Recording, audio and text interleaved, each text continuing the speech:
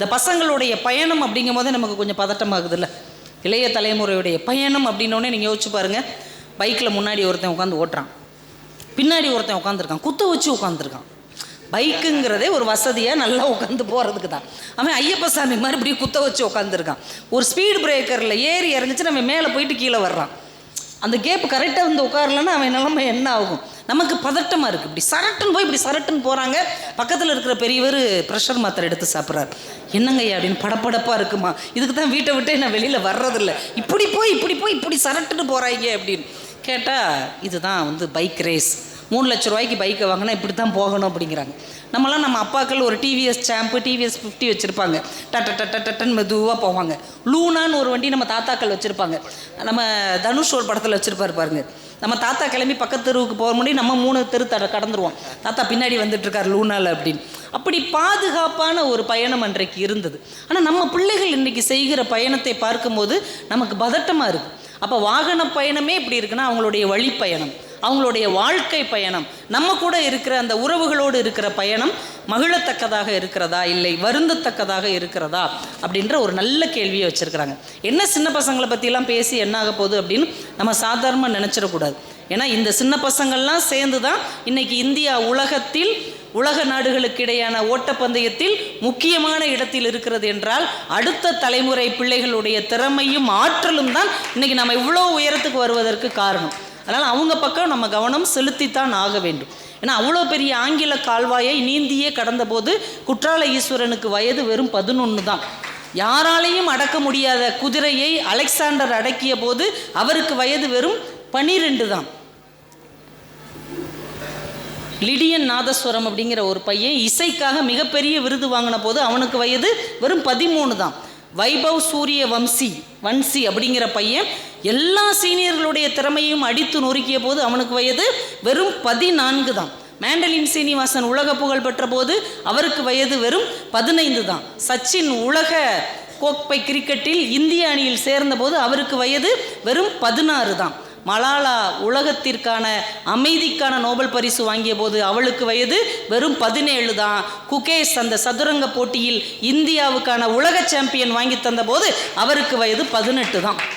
அப்போ இந்த டீனேஜ் என்று சொல்லக்கூடிய இந்த வயதில் தான் இத்தனை பேரும் இவ்வளோ பெரிய சாதனைகளை எல்லாம் சாதித்திருக்கிறார்கள் என்றால் இப்போ இவங்களுடைய பயணம் நாம் கவனிக்க வேண்டும். அவங்க சரியான பாதையில் போகிறாங்களா இல்லையா என்பதை நாம் பேசியே தீர வேண்டும் என்பதற்காக இந்த பட்டிமன்றம் தொடங்கப்பட்டிருக்கிறது. பிள்ளைங்க எல்லாருமே பயணங்களை கொண்டாட்டமாக மகிழ்ச்சியாக உற்சாகமாக எடுத்துக்கிறாங்க. அவங்க எல்லாமே சந்தோஷமாக இருப்பாங்க. பார்த்துருக்குறீங்களா? சாப்பிட்டாலும் சந்தோஷமாக சாப்பிடுவாங்க, சாப்பிடாட்டாலும் நான் இன்றைக்கி சாப்பிடல அப்படின்னு சந்தோஷமாக சொல்லுவாங்க. பணம் நிறைய வச்சுருந்தாலும் சந்தோஷமாக இருப்பாங்க. ஒத்த பைசா இல்லாட்டி கூடி பாக்கெட் காலி ஒன்றும் இல்லை அப்படின்னு ஜாலியாக சொல்லுவாங்க. எதையுமே சந்தோஷமாக சொல்லக்கூடிய இந்த இளைய பருவம்.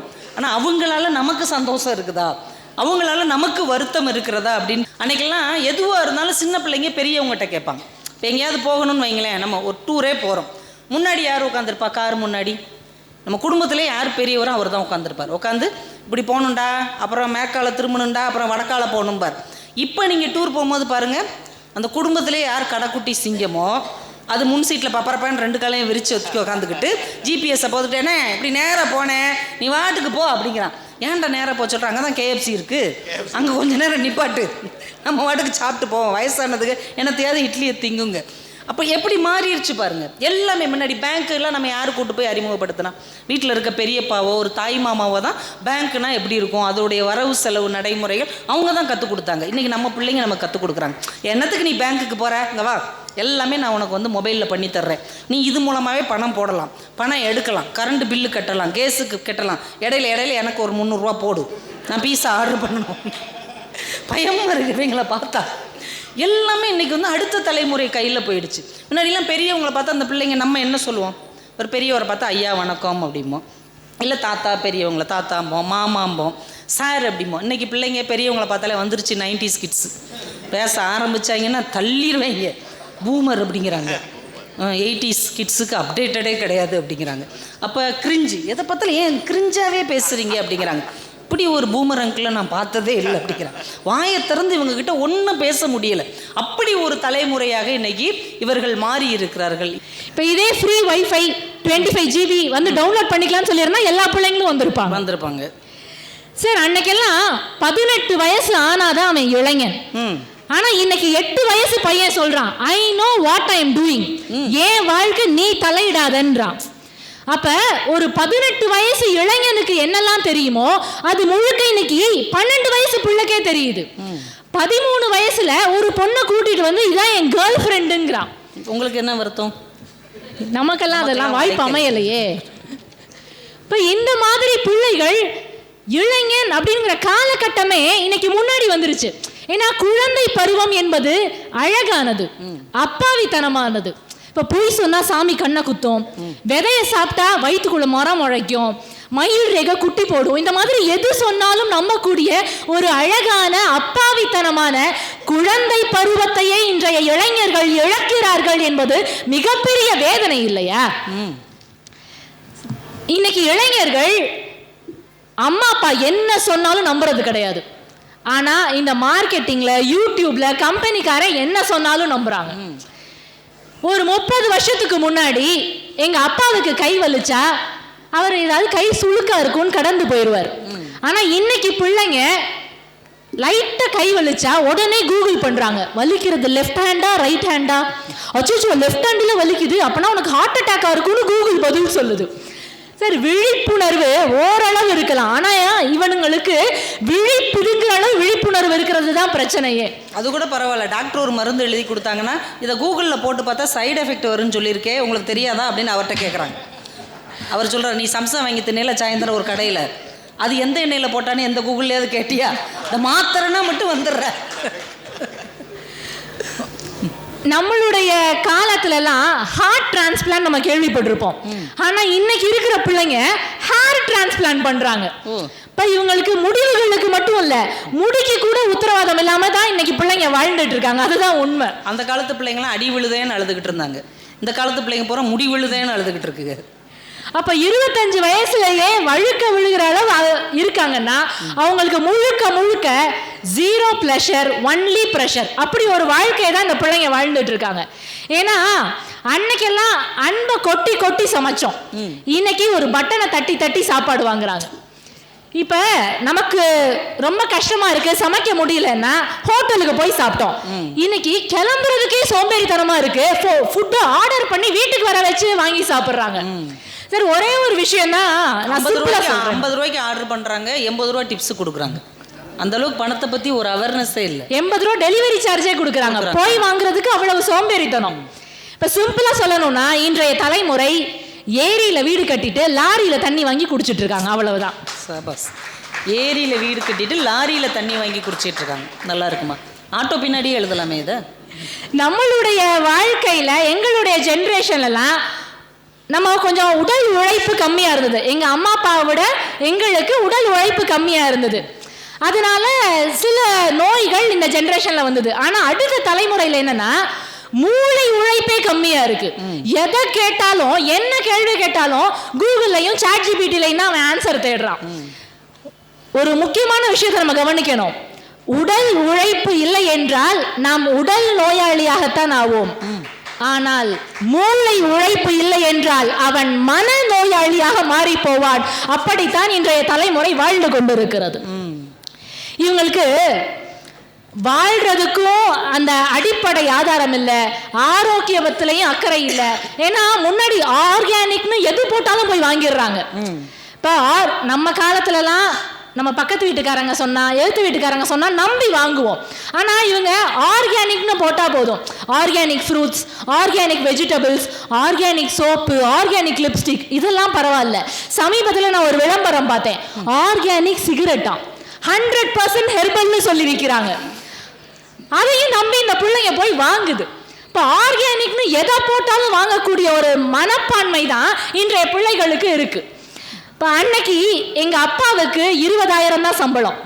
அந்த 20,000 சம்பளத்துல எங்க அப்பா நிலத்தை வாங்கினாரு, வீடு கட்டினாரு, 2 பிள்ளைய படிக்க வச்சாரு, கல்யாணம் பண்ணி கொடுத்தாரு. ஆனா இன்னைக்கு இருக்கிற பிள்ளைகளுக்கு 80,000 சம்பளம். அந்த சம்பளத்தை விட இந்த சம்பளம் 4 மடங்கு கூடி இருக்கு. அப்ப இவங்க நல்ல லைஃப் ஸ்டைல் தானே வாழணும், ஆனா இவங்களுடைய செலவு 8 மடங்கா இருக்கு.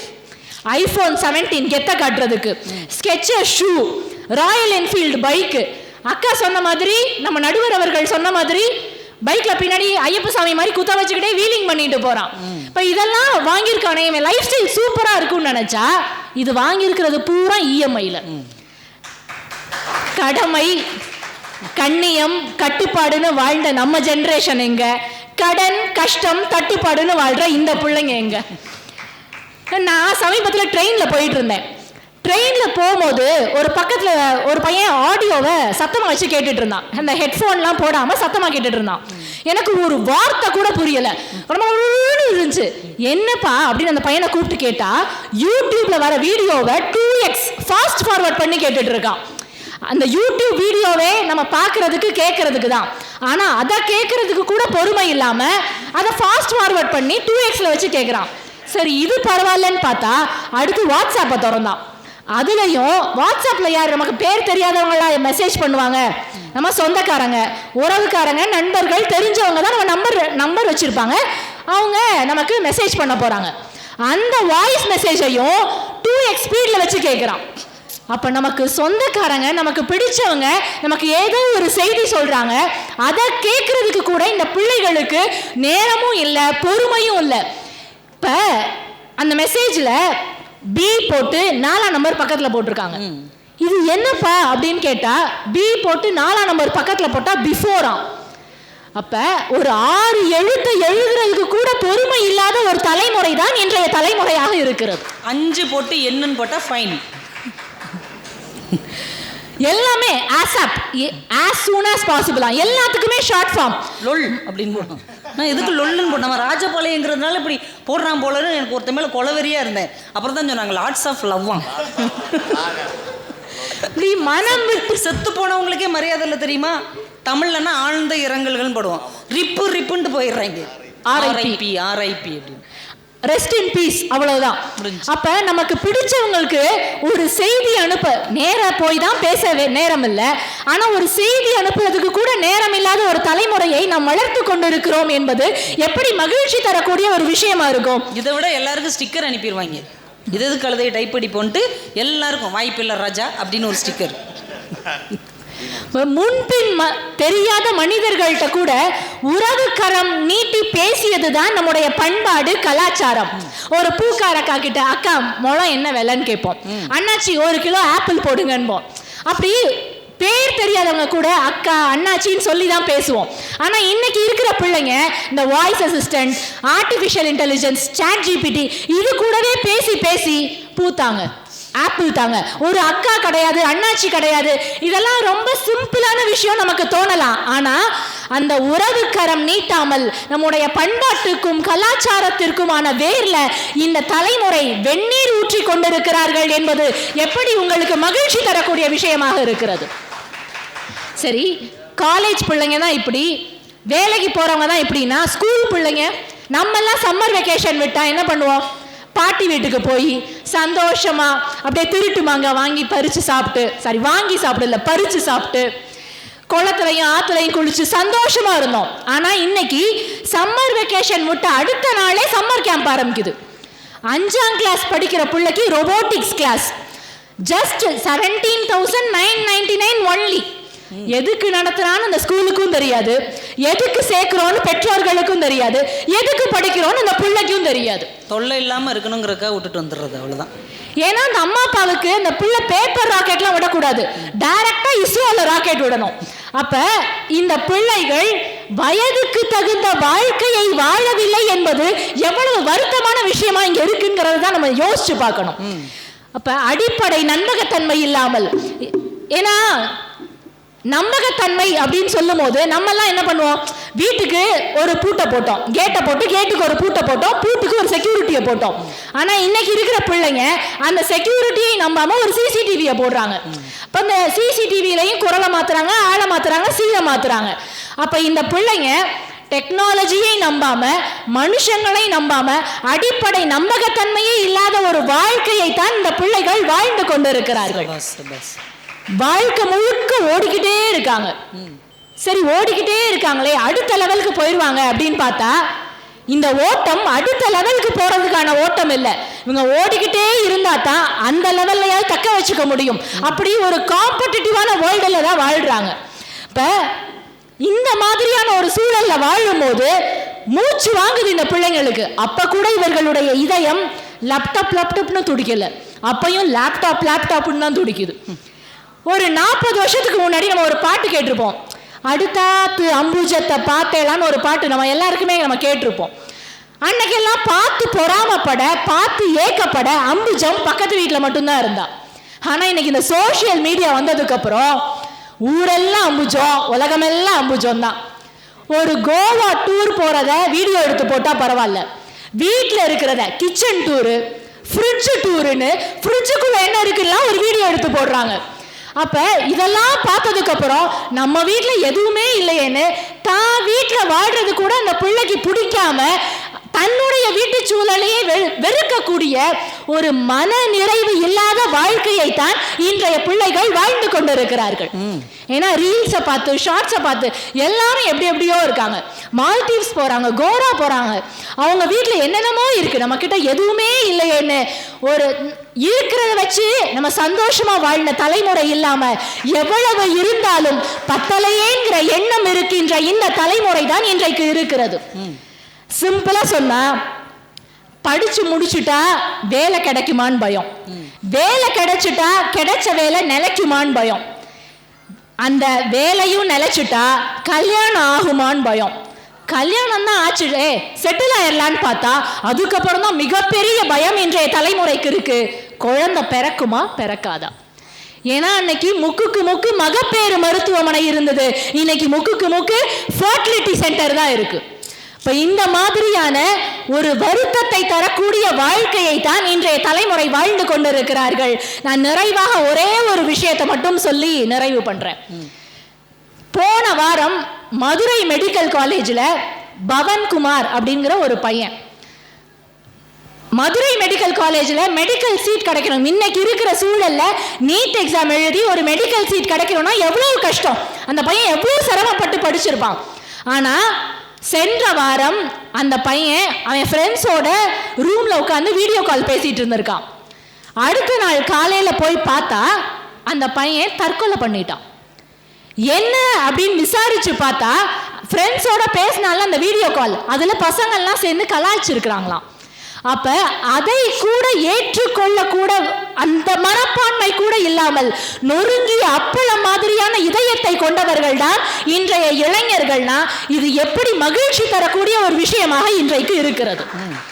நேஷனல் கிரைம் ரெக்கார்ட்ஸ் பியூரோ உடைய அறிக்கையின்படி சமீபத்திய அறிக்கை என்ன சொல்லுதுன்னா, நம் நாட்டில் 15 to 29 வயதிற்கு உட்பட்ட இளைஞர்கள் தான் இன்றைக்கு அதிக அளவில் தற்கொலை செய்து கொள்கிறார்கள் என்றால் அவர்களுடைய வாழ்க்கை முழுக்க முழுக்க வருத்தத்தை தரக்கூடிய ஒரு விஷயமாகத்தான் இருக்கிறது என்பதற்கு இந்த அறிக்கையே சாட்சி என்பதை சொல்லி, முன்னாடிலாம் பாருங்களேன், நம்ம ஸ்கூல் படிக்கும் போது காலையில் கொஞ்சம் சீக்கிரமே போயிடுவோம்.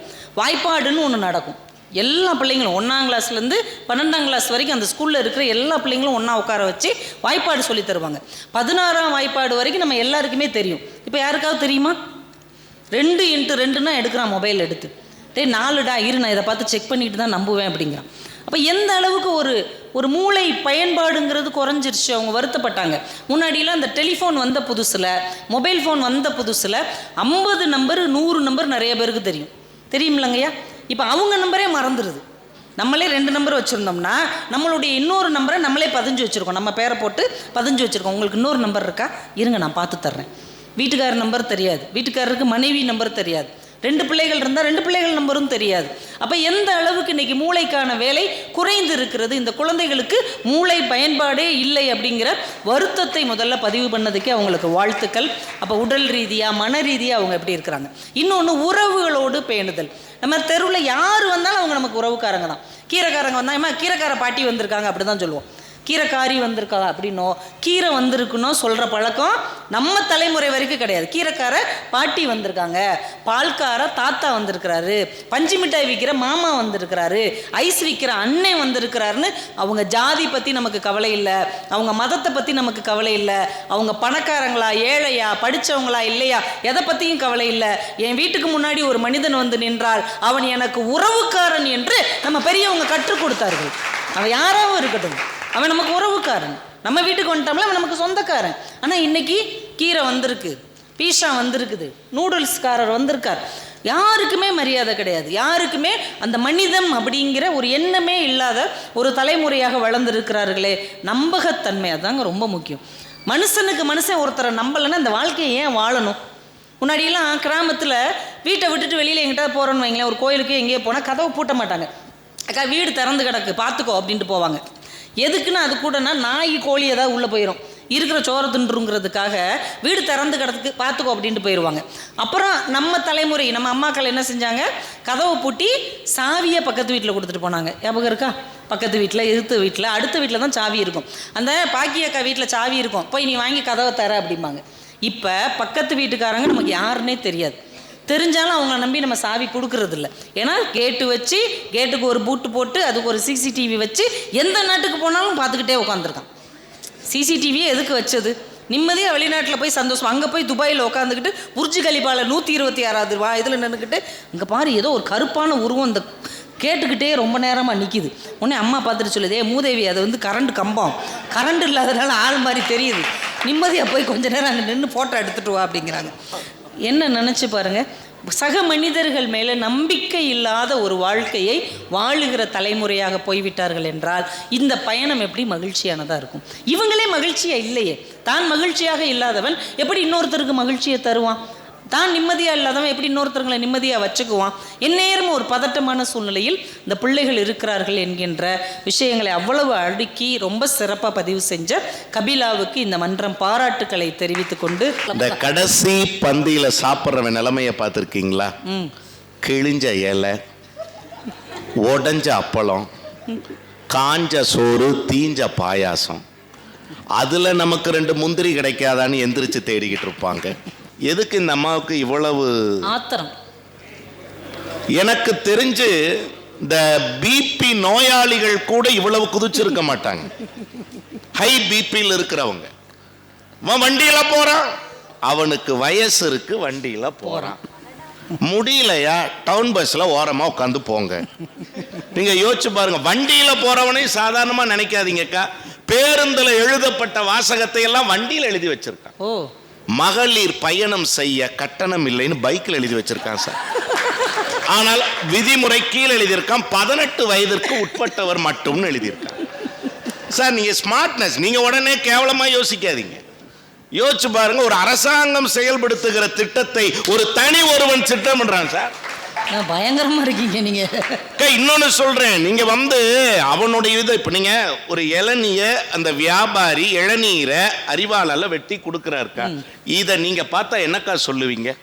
என்ன சொல்லுவேன்? ஒருத்தர் ஒரு பொண்ணு வாங்கி குடிக்குது, என்ன சொல்லுவீங்கக்கா? நல்லா குடிப்பான்னு சொல்லுவேன். நல்லா குடிமா, இதுதான் பெருந்தன்மை. அடுத்தவங்க மனம் மகிழ்றத கண்டு இந்த அம்மா எல்லாம் குடிக்கிறா, இந்த அம்மா வைத்தறிச்சல்லையே சொல்லும். ஆனா ஒரு இளைஞன் பார்த்தா கவிதையாவே எழுதுனா, அறிவாளால் வெட்டு வாங்கிய இளநீருக்கு அழகியின் உதட்டினால் ஆறுதல் கிடைக்கிறது. மாத்தி பாருங்கம்மா. எல்லா இளைஞர்கள்னாவே வண்டியில போறான், 100ல போறான், 108ல போறான். நீங்க 100ல போய் பாருங்க வண்டியில, அதனுடைய கஷ்டம் என்னன்னு தெரியும். உண்மைங்க. ஏன் முடியெல்லாம் கொட்டுது, அம்புட்டு இப்படி பிச்சுட்டு போகும். நீங்க யோசிச்சு பாருங்க, இன்னைக்கெல்லாம் பையங்கள்லாம் இன்னும் நல்ல முடிவில் இருக்காங்க.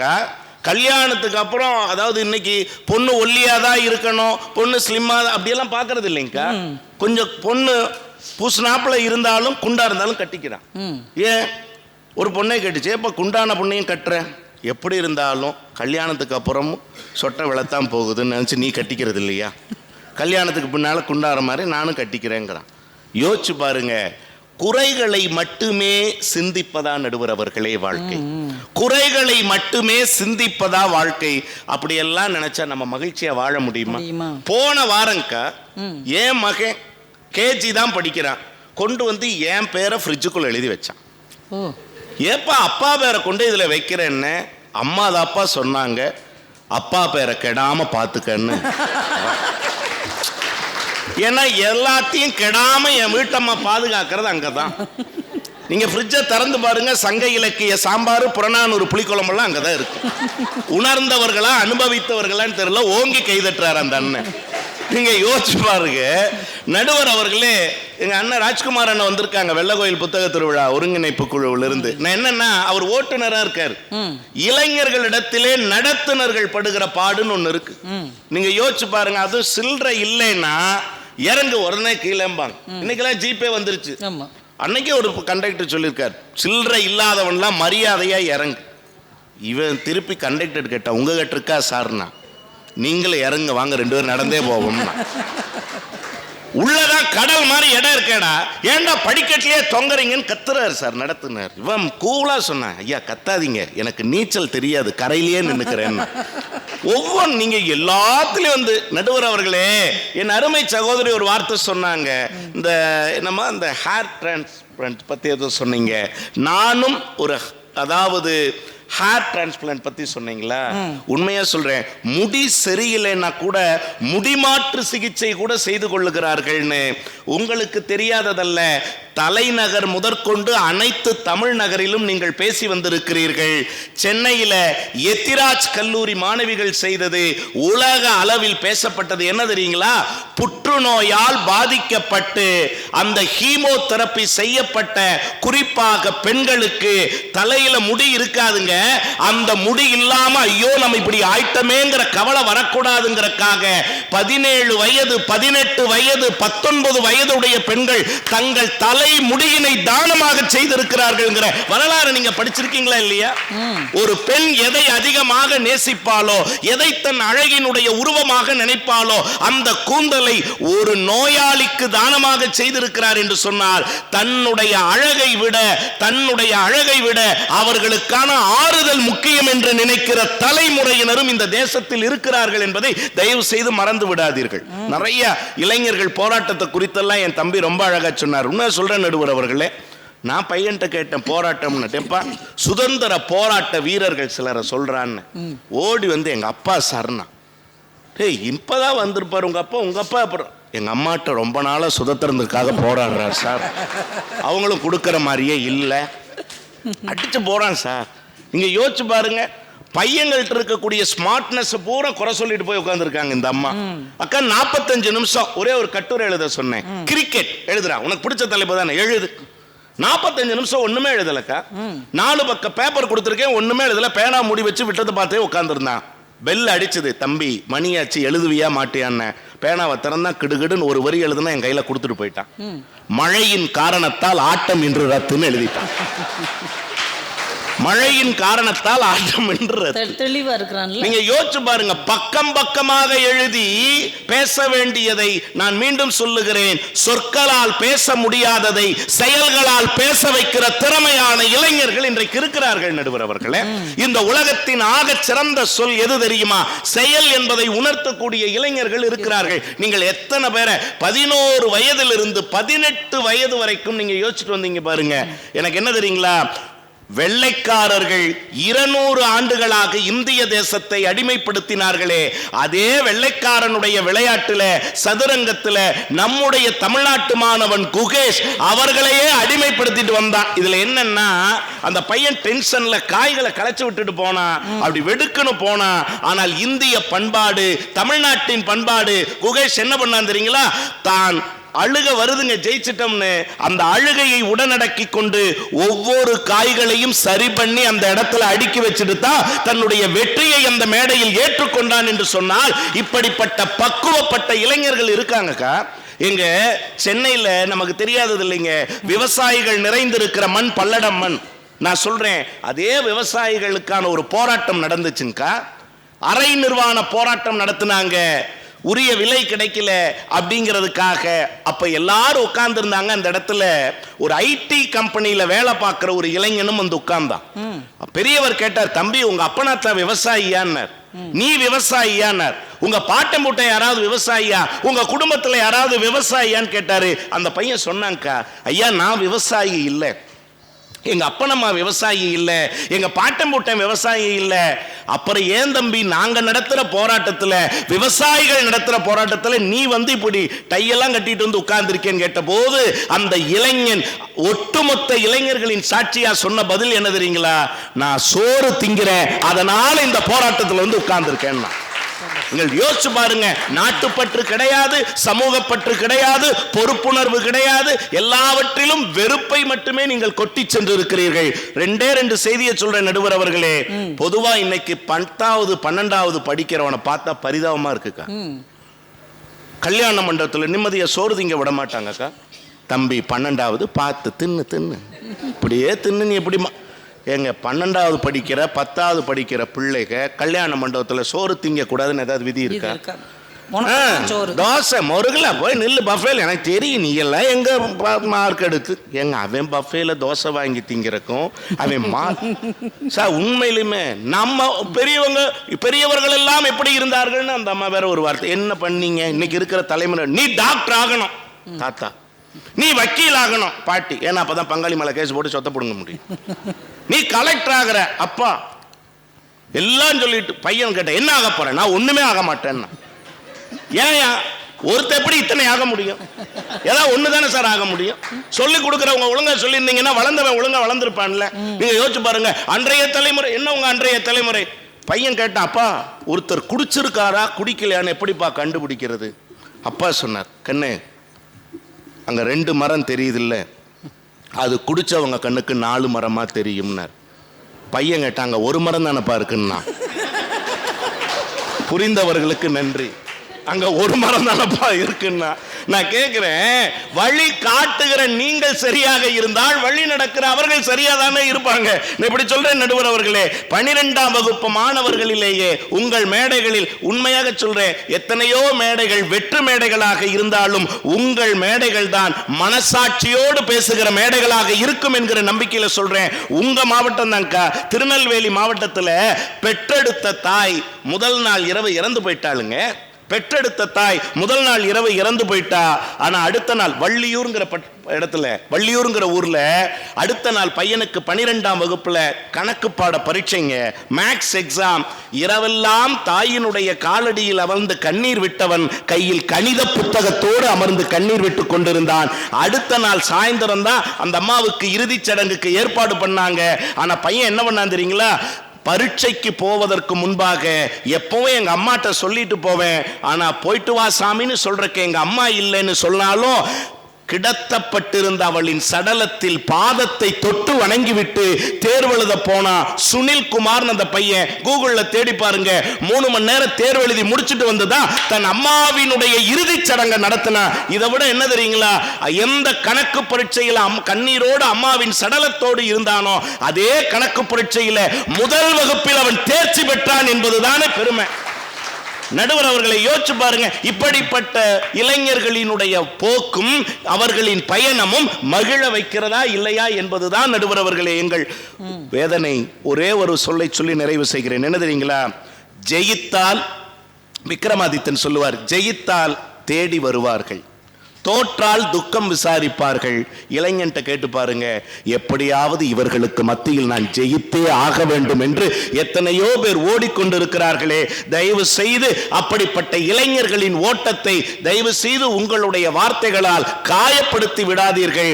எந்த புத்துல என்ன பாம்பு இருக்குன்னு பார்க்காதீங்க, எப்படிய பூவில் எத்தகைய தேன் இருக்கிறது என்று பாருங்கள். உண்மையாகவே நடுவர் அவர்களே, ஒரு புதிய பூபாலத்தை அவர்கள் பாட வேண்டும் என்று சொன்னால் உங்கள் தீர்ப்பு அதற்கு உரமாகட்டும் என்று சொல்லி வியக்க வைத்த அறிவுருவங்களுக்கு அன்பின் நன்றிகளை காணிக்கையாக்கி இடம் சார்கிறேன். நன்றி, வணக்கம்.